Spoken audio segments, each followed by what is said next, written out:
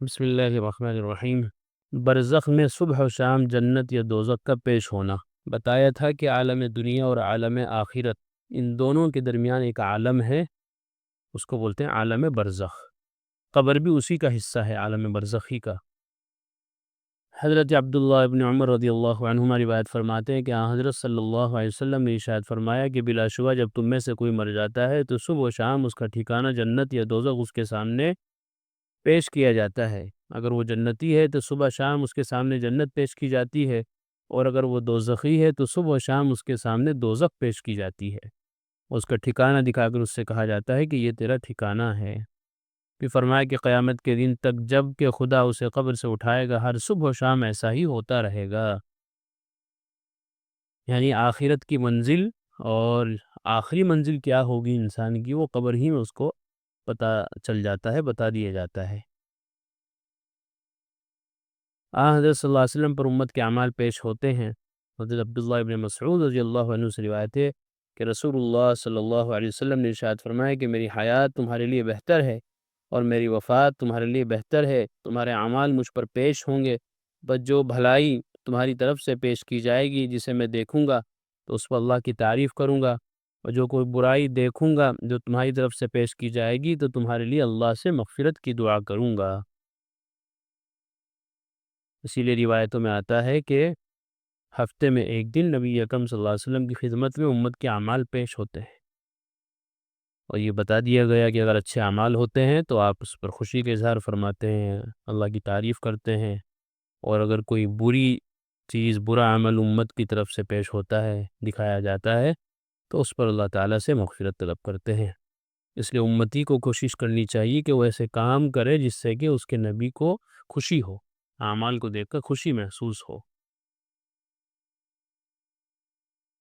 روزہ مطہرہ کے بعد درود و سلام پڑھا جائے تو حضرت صلی اللہ علیہ وسلم خود سنتے ہیں، اور جو کوئی دور سے درود سلام بھیجے اس کو فرشتے پہنچا دیتے ہیں۔ آپ کی جہاں قبر مبارک ہے وہاں کھڑے ہو کر جب درود و سلام پڑھا جاتا ہے تو حضرت صلی اللہ علیہ وسلم خود سنتے ہیں، اور روایتوں میں آتا ہے کہ جواب بھی دیتے ہیں۔ اور اگر دور سے کوئی آدمی درود و سلام پڑھ رہا ہے تو اس کو پھر فرشتے پہنچاتے ہیں۔ اسی لیے روایتوں میں بہت فضیلت آئی ہے درود شریف پڑھنے کی، خاص طور پر جمعے کے دن حدیث شریف میں آتا ہے کہ جمعے کے دن اور جمعے کی رات میں مجھ پر کثرت کے ساتھ درود پڑھا کرو، اس لیے کہ تمہارا پڑھا ہوا درود مجھ پر پیش کیا جاتا ہے، فرشتوں کے ذریعے سے پہنچایا جاتا ہے، حتیٰ کہ بتایا جاتا ہے کہ فلاں آدمی نے بھیجا ہے، اس کا نام یہ ہے، اس کے باپ کا نام یہ ہے، یہاں تک بھی بتایا جاتا ہے۔ تو کتنی خوشی کی بات ہے کہ ہمارا کوئی تحفہ نام کے ساتھ اللہ کے رسول صلی اللہ علیہ وسلم کی خدمت میں پہنچے، اور اس سے آپ کو راحت ہو، خوشی محسوس ہو، عافیت محسوس ہو، تو ایک امتی کے لیے اس سے بڑی سوغات کیا ہو سکتی ہے۔ اس لیے بہت سعادت سمجھنا چاہیے درود شریف پڑھنے کو۔ ہاں، یہ بات اپنی جگہ ہے کہ درود السلام کا طریقہ بھی وہی ہونا چاہیے جو حضور صلی اللہ علیہ وسلم کا بتایا ہوا ہے، اور اس کی مثال نماز میں ہم دیکھتے ہیں کہ نماز میں تحیات کے بعد درود پڑھا جاتا ہے، اور سب اپنا اپنا پڑھتے ہیں، الگ الگ، اجتماعی طور پر نہیں پڑھتے، اور سب بیٹھ کر پڑھتے ہیں۔ تحیات تو بیٹھ کر ہی ہوتی ہے، کھڑے ہو کر نہیں ہوتی۔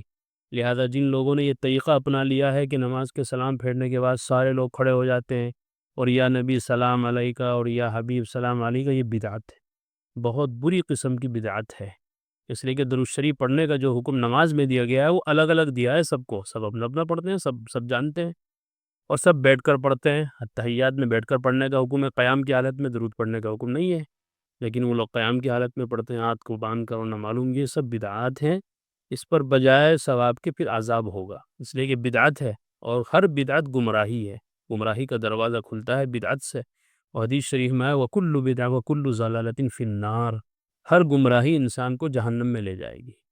اس لیے درود پڑھا جائے لیکن آداب کے ساتھ۔ شریعت نے ہر عمل کا طریقہ بتایا ہے، شریعت نے صرف یہ نہیں کہہ دیا کہ نماز پڑھو، اب کیسے پڑھیں، سارا طریقہ A to Z شریعت نے بتایا۔ ہمیں پہلے وضو کرنا ہے تو وضو کیسے کرنا ہے، کیا دھونا ہے، کتنی مرتبہ دھونا ہے، اور اس کے باہر کی شرطیں، اندر کی شرطیں، فرائض، واجبات، ایک ایک چیز شریعت نے ہمیں بتائی ہے۔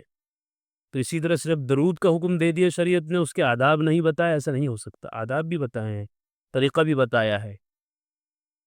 اس لیے اپنا اپنا درود پڑھا جائے، اور درود میں بھی وہ صیغے استعمال کیے جائیں، وہ الفاظ استعمال کیے جائیں کہ جن الفاظ سے ایسا معلوم ہو کہ آپ دور سے درود پڑھ رہے ہیں، دور سے سلام پیش کر رہے ہیں۔ مثال کے طور پر اللہ کی ذات اور اس کی صفات میں سے یہ بھی ہے کہ اللہ ہر جگہ حاضر اور ناظر ہے، اللہ سب جگہ موجود ہے۔ تو اس لیے ہم کہتے ہیں یا اللہ یا اللہ یا اللہ یا رب، اے اللہ، اے کس کے لیے بولا جاتا ہے؟ جو سامنے ہو، موجود ہو، اسی کو پکارا جاتا ہے، بلایا جاتا ہے۔ لیکن اللہ کے نبی تو ہر جگہ موجود نہیں ہے، وہ تو اپنی قبر مبارک میں آرام فرما رہے ہیں۔ تو ان کے لیے یا نبی سلام علیکہ، یا حبیب سلام علیکہ، اس میں بھی یا اللہ کی طرح یا نبی استعمال کرنا، یہ بھی بدعت ہے، یہ بھی اعلیٰ درجے کی گستاخی ہے، گناہ ہے۔ صرف اللہ کی ذات ہی ایسی ہے جو ہر جگہ موجود ہے، اور کسی کی ذات یا کسی کی صفات میں سے ذرہ برابر اس میں کوئی حصہ نہیں ہے کہ وہ ہر جگہ موجود ہو، اللہ کی ذات ہے بس۔ تو یہ شرک ہے، یہ شرک بھی ہے اور گناہ کبیرہ بھی ہے، اس لیے درود پڑھا جائے، سادگی کے ساتھ پڑھا جائے۔ تو بہرحال یہاں فضائل بیان کیے جا رہے ہیں۔ حضرت ابو ہریرہ رضی اللہ عنہ سے روایت ہے کہ حضرت صلی اللہ علیہ وسلم نے فرمایا کہ جو کوئی مجھ پر میری قبر کے پاس درود پڑھے میں اس کو سنوں گا، اور جو کوئی مجھ پر دور سے درود بھیجے اور درود مجھے پہنچا دیا جاتا ہے۔ ابھی آپ کو بتایا کہ اللہ کے نبی صلی اللہ علیہ وسلم کی خدمت میں فرشتے خوبصورت تحفے اور گفٹ کی شکل میں وہ درود پیش کرتے ہیں، وہ باقاعدہ بتاتے ہیں کہ کس نے بھیجا ہے۔ حضرت عبداللہ ابن مسعود رضی اللہ عنہ سے روایت ہے کہ حضرت صلی اللہ علیہ وسلم نے فرمایا کہ بلا شبہ اللہ کے بہت سے فرشتے ہیں جو زمین میں گشت لگاتے پھرتے ہیں، گھومتے رہتے ہیں گلیوں میں، چوک و چوراہوں پر، مسجدوں میں، خانقاہوں میں، اور میری امت کا سلام میرے پاس پہنچاتے ہیں۔ میری امت اگر کچھ پڑھتی ہے درود و سلام کے عنوان سے تو وہ مجھ تک پہنچاتے ہیں۔ ایسی کتابیں موجود ہیں درود کی بھی، سلام کی بھی، کہ جن کو پڑھنا چاہیے، جن کو پڑھا جاتا ہے، ان کے پڑھنے میں کوئی ممانعت بھی نہیں ہے۔ اس میں کوئی ایسا لفظ استعمال نہیں ہوتا جس کے اندر شرک ہو، کوئی ایسا صیغہ استعمال نہیں ہوتا کہ جس کے اندر حاضر و ناظر والا مسئلہ پیدا ہوتا ہو۔ ایسے درود موجود ہیں۔ دنیا میں قاعدہ ہے کہ حاضرین آپس میں بالمشافہہ سلام کرتے ہیں، اور جو دور ہوتے ہیں ان کو ڈاک سے یا آدمی کے ذریعے سلام بھیجتے ہیں، یہ دنیا کا بھی معمول ہے۔ اللہ رب العزت نے اپنی رحمت کاملہ سے یہ سلسلہ جاری رکھا ہے کہ جو مسلمان اپنے نبی پر درود دور سے سلام بھیجے تو اس کو فرشتوں کے ذریعے پہنچا دیتے ہیں۔ ان حدیثوں سے جہاں یہ معلوم ہوا کہ حضرت صلی اللہ علیہ وسلم کو حیات برزخیہ میں بھی اپنی امت سے تعلق باقی ہے، اور یہ کہ اللہ رب العزت نے اس امت کو یہ شرف بخشا ہے کہ فرشتوں کو اس کار عظیم کے لیے مقرر فرمایا ہے کہ امتیوں کا سلام فخر کائنات حضرت نبی اکرم صلی اللہ علیہ وسلم کو پہنچا دیں۔ وہاں یہ بھی معلوم ہوا کہ گو حضرات انبیاء اکرام علیہ السلام باحیات ہیں، لیکن الیاذ باللہ ہر جگہ حاضر اور ناظر نہیں ہیں، اور نہ دور کی بات کو سن سکتے ہیں، کیونکہ تو صرف اللہ ہی کی صفت ہے، سمیع بصیر تو اللہ ہی ہے۔ جب حضرات انبیاء کرام علیہ السلام کے متعلق یہ ثابت ہو گیا کہ ہر جگہ حاضر اور ناظر اور ہر آواز سننے والے نہیں ہیں، تو ان اولیاء اللہ کے بارے میں ایسا خیال کرنا تو بالکل ہی غلط اور بدعت ہوگا جو اللہ کے برگزیدہ پیغمبروں کے صحابیوں سے بھی کم درجے کے ہیں۔ جو مزاروں والے اولیاء کرام ہیں، ہمارے بزرگان دین ہیں، سب ہمارے بڑے ہیں، وہ سب اعلیٰ درجے کے توحید پرست تھے، بدعتوں سے بہت زیادہ دور تھے، بدعتوں سے لوگوں کو منع کرتے تھے۔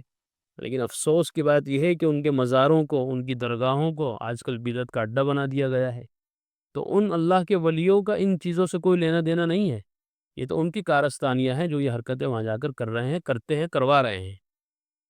تو جب نبی کے بارے میں صاف آ گیا کہ نبی ہر جگہ موجود نہیں ہے، تو پھر یہ ولی اللہ، یہ بزرگان دین، یہ اللہ والے، یہ ہر جگہ کیسے موجود ہو سکتے ہیں؟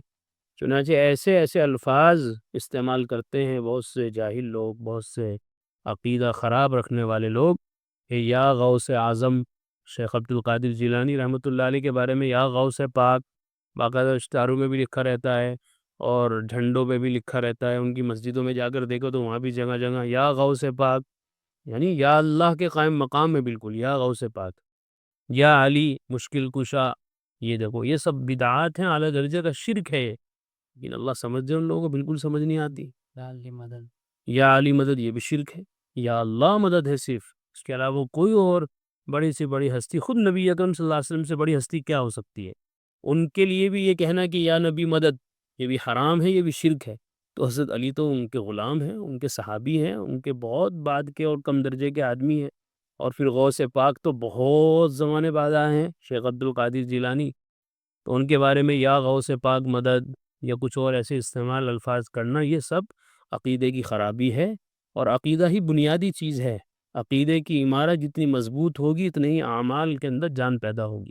جب عقیدہ ہی کمزور ہوگا، خراب ہوگا، تو آپ کتنا ہی بڑا عمل کیوں نہ کر لیں، اس کی کوئی حیثیت اللہ کے یہاں نہیں ہوگی۔ اس لیے عقیدوں کے اندر آدمی کو مضبوط رہنا چاہیے، عقیدہ اس کا صاف ستھرا ہو، اللہ کی ذات میں بھی شرک نہ ہو اور اللہ کی صفات میں بھی کسی کے ساتھ کوئی شرک نہ ہو۔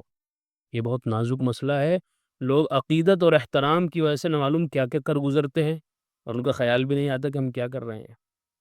اللہ سب کو سمجھ عطا فرمائے۔ حضرات انبیاء اکرام علیہ السلام اس دنیا سے تشریف لے جانے کے بعد بھی زندہ ہی ہیں۔ وہ شہداء کے بارے میں قرآن شریف میں وارد ہوا ہے کہ ان کو مردہ مت کہو، لیکن حضرات انبیاء اکرام علیہ السلام کے متعلق بھی بہت سی احادیث سے ثابت ہیں کہ اس عالم سے منتقل ہو جانے کے بعد زندہ ہی ہیں۔ مشہور محدث علامہ بیہقی رحمۃ اللہ علیہ اور مشہور مصنف علامہ سیوطی رحمۃ اللہ علیہ نے اس موضوع پر ایک رسالہ لکھا ہے اور حیات الانبیاء کو ثابت کیا ہے۔ علامہ سیوطی رحمۃ اللہ علیہ نے اپنے فتاویٰ میں لکھا ہے کہ حضرت صلی اللہ علیہ وسلم اور دیگر تمام انبیاء کرام علیہ السلام کے قبور میں باحیات ہونے کا دلائل کے ساتھ ہم کو قطع علم ہے، اور اس بارے میں تواتر کے درجے کو حدیثیں پہنچ چکی ہیں۔ روایت میں آتا ہے الانبیاء احیاء فی قبورہم یصلون، کہ حضرات انبیاء اپنی قبروں میں زندہ ہیں اور وہاں وہ اللہ کی رحمت کے مستحق ہوتے ہیں۔ امام قرطبی نے اپنی کتاب تذکرہ میں فرمایا ہے کہ حضرات انبیاء کی موت کا حاصل اتنا سمجھو کہ وہ ہماری نظروں سے پوشیدہ کر دیے گئے ہیں، اور ان کا حال ہماری نسبت ایسا ہی ہے جیسے فرشتوں کا حال ہے کہ ہم فرشتوں کو دیکھ نہیں سکتے ہیں۔ محدث بیہقی رحمۃ اللہ نے فرمایا کہ حضرات انبیاء اکرام کی روحیں قبض کرنے کے بعد پھر واپس کر دی گئی، اس لیے وہ اپنے رب کے حضور میں زندہ ہیں جیسا کہ شہداء۔ تو بتا رہے ہیں دنیاوی حیات تو ان کی ختم ہو گئی، انتقال فرما گئے دنیا سے، لیکن برزخی حیات اللہ تعالیٰ ان کو نصیب فرماتے ہیں اور اعزاز کے طور پر۔ اور بھی روایتیں بہت ساری اس بارے میں آئی ہیں۔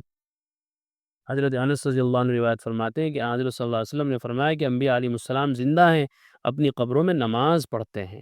یہ نماز تکلیف شرعی کی وجہ سے نہیں ہے، بلکہ لذت حاصل کرنے کے لیے ہے۔ یعنی یہ نہیں کہ وہ حکم ہے ان کو وہاں نماز پڑھنے کا، بلکہ جس کو جس چیز کا مزہ لگ جاتا ہے، چسکا لگ جاتا ہے، وہ ہر جگہ اس کو چاہتا ہے کہ مجھے مل جائے۔ تو حضرات انبیاء سے بڑھ کر کون نماز کا عاشق ہوگا، اس کو لذت محسوس ہوتی ہوگی، اس لیے وہاں بھی حضرات نماز کا اہتمام کرتے ہیں۔ اس سے پتہ چلتا ہے کہ نماز کتنی اعلیٰ درجے کی عبادت ہے۔ حضرت ابو الدرداء رضی اللہ عنہ سے روایت ہے کہ حضرت صلی اللہ علیہ وسلم نے فرمایا کہ جمعہ کے روز مجھ پر درود کثرت سے بھیجا کرو، کیونکہ یہ دن مشہود ہے۔ اس کے معنی یہ ہے کہ اس میں فرشتوں کی آمد کثرت سے ہوتی ہے۔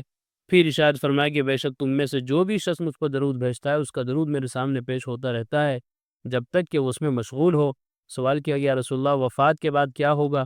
ارشاد ہوا کہ وفات کے بعد ہی مجھ پر درود پیش کیا جاتا رہے گا، کیونکہ اس عالم میں جا کر بھی اللہ کے رسول صلی اللہ علیہ وسلم زندہ رہتے ہیں، اور یہ زندگی روحانی نہیں ہوتی بلکہ جسمانی ہوتی ہے، کیونکہ بے شک اللہ نے زمین پر یہ حرام فرما دیا ہے کہ نبیوں کے جسموں کو کھا جائے، لہذا اللہ کا نبی زندہ رہتا ہے اور اس کو رزق بھی دیا جاتا ہے۔ اس حدیث مبارکہ سے معلوم ہوا کہ حضرات انبیاء کرام اس عالم سے منتقل ہو کر حیات جسمانی کے ساتھ زندہ ہیں اور رزق بھی پاتے ہیں۔ یہ رزق اسی عالم کے مناسب ہے، شہداء کے متعلق بھی رزق ملنا وارد ہوا ہے، لیکن حضرات انبیاء کی حیات اور مرزوقیت شہداء سے اکمل ہے۔ حضرت شاہ عبدالحق محدث دہلوی رحمۃ اللہ علیہ نے شرح مشکات میں لکھا ہے کہ حضرات انبیاء کی حیات کا ایسا مسئلہ ہے جس پر سب کا اتفاق ہے، کسی کو اس میں اختلاف نہیں، اور یہ حیات جسمانی ہے، جیسا کہ دنیا میں تھی، ان کی زندگی روحانی اور معنوی نہ سمجھی جائے۔ تو بہرحال یہ حضرات انبیاء علیہ السلام کا اعزاز ہے، ان کی تکریم ہے کہ اللہ تعالیٰ ان کو قبر میں جانے کے بعد حیات جسمانی نصیب فرما دیتے ہیں۔ اللہ تعالیٰ ہم سب کا ایمان پر خاتمہ مقدر فرمائے، اور قبر اور اس کے بعد کی جتنی بھی منزلیں اللہ آسان فرمائے۔ وآخر دعوانا۔ قرآن کریم میں اللہ تعالیٰ فرماتے ہیں الا بذکر اللہ تطمئن القلوب، کہ سن لو، اچھے سے سمجھ لو، اللہ تعالیٰ کے ذکر ہی سے دلوں کو اطمینان نصیب ہوتا ہے۔ یعنی اللہ تعالیٰ کے جو انعامات و احسانات اور اس کی نوازشیں ہم پر ہیں، اگر ہم ان کو یاد کریں گے تو ہمارے بے قرار دل کو قرار آ جائے گا، سکون مل جائے گا۔ اگر ہم چاہتے ہیں کہ ہمارے دلوں میں سکون آئے، اطمینان نصیب ہو، تو اس کا ایک واحد علاج اور ایک بہترین دوا یہ ہے کہ ہم فوراً اللہ کے ذکر میں مشغول ہو جائیں۔